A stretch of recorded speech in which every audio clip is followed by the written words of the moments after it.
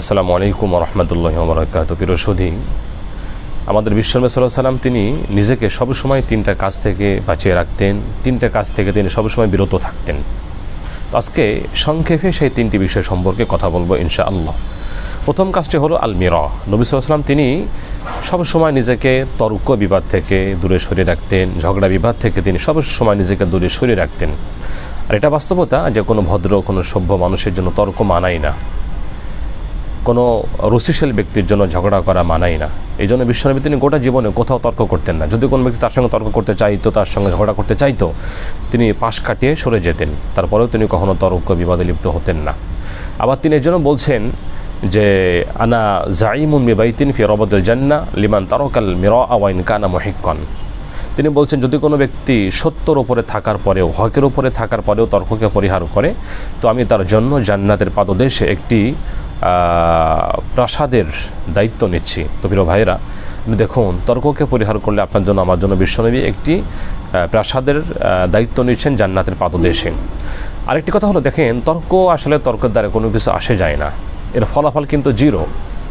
আপনি দেখবেন আপনি আপনার মতবাদকে প্রমাণ করার জন্য হয়তো কারোর সঙ্গে তর্ক করছেন, বা কেউ আপনার সঙ্গে করছে, বিভিন্ন আলোচনা বা হাসমজারা হচ্ছেন। দেখবেন দিন শেষে কিন্তু যে যার মতবাদ নিয়েই থাকে। যদি কেউ বাতিল হয় তারপরও সে তার মতবাদকে পরিহার করতে চায় না। তো এটাই বাস্তবতা যে তর্কের দ্বারাই তেমন কোনো লাভ হয় না। অতএব তর্ককে না করা একজন জ্ঞানী বুদ্ধিমানের কাজ। নম্বর 2 হলো অল ইকসার। বিশ্বনবী নিজেকে অহংকার থেকে মুক্ত রাখতেন। অহংকার করা এটা একমাত্র আল্লাহ পাকের ভূষণ। কোনো মানুষের জন্য অহংকার করার অধিকার নাই, কোনো মানুষ অহংকার করার অধিকার রাখে না। এই জন্য আল্লাহ তাআলা বলেন যে যদি অহংকার আমার ভূষণ, আর যদি কোনো ব্যক্তি আমার ভূষণ নিয়ে টানা হেঁচড়া করে, তবে তাকে আমি জাহান্নামের আগুন দিয়ে তাকে আযাব প্রদান করব। তো প্রিয় ভাইয়েরা, অহংকার করা যাবে না, নিজেকে সবসময় অহংকার থেকে মুক্ত রাখতে হবে। আবার অন্য হাদিসে নবী সাল্লাল্লাহু আলাইহি ওয়াসাল্লাম বলেন যে ব্যক্তির অন্তরে সরিষা দানা পরিমাণ অহংকার থাকবে, সে জান্নাতে প্রবেশ করবে না। প্রিয় ভাইয়েরা, আমরা কিন্তু বিভিন্ন আমাদের কাজে কর্মে বিভিন্নভাবে আমরা কিন্তু অহংকার প্রকাশ করে ফেলি, অথচ অহংকার একজন মানুষকে জাহান্নামে নেওয়ার জন্য যথেষ্ট। এই জন্য অহংকার থেকে নিজেকে বাঁচানোর চেষ্টা করতে হবে।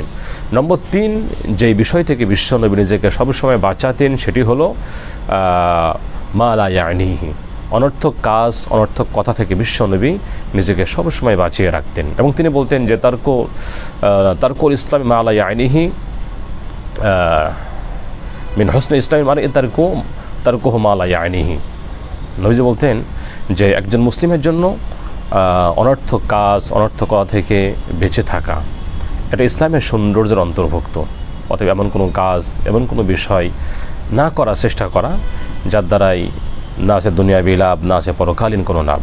একজন মুমিন কখনো বেহুদা কথাবার্তা, অনর্থক কোনো কথাবার্তায় নিজেকে লিপ্ত রাখতে পারে না। অতএব নিজেকে অনর্থক কাজ এবং অনর্থক কথা থেকে নিজেকে বাঁচানোর চেষ্টা করতে হবে।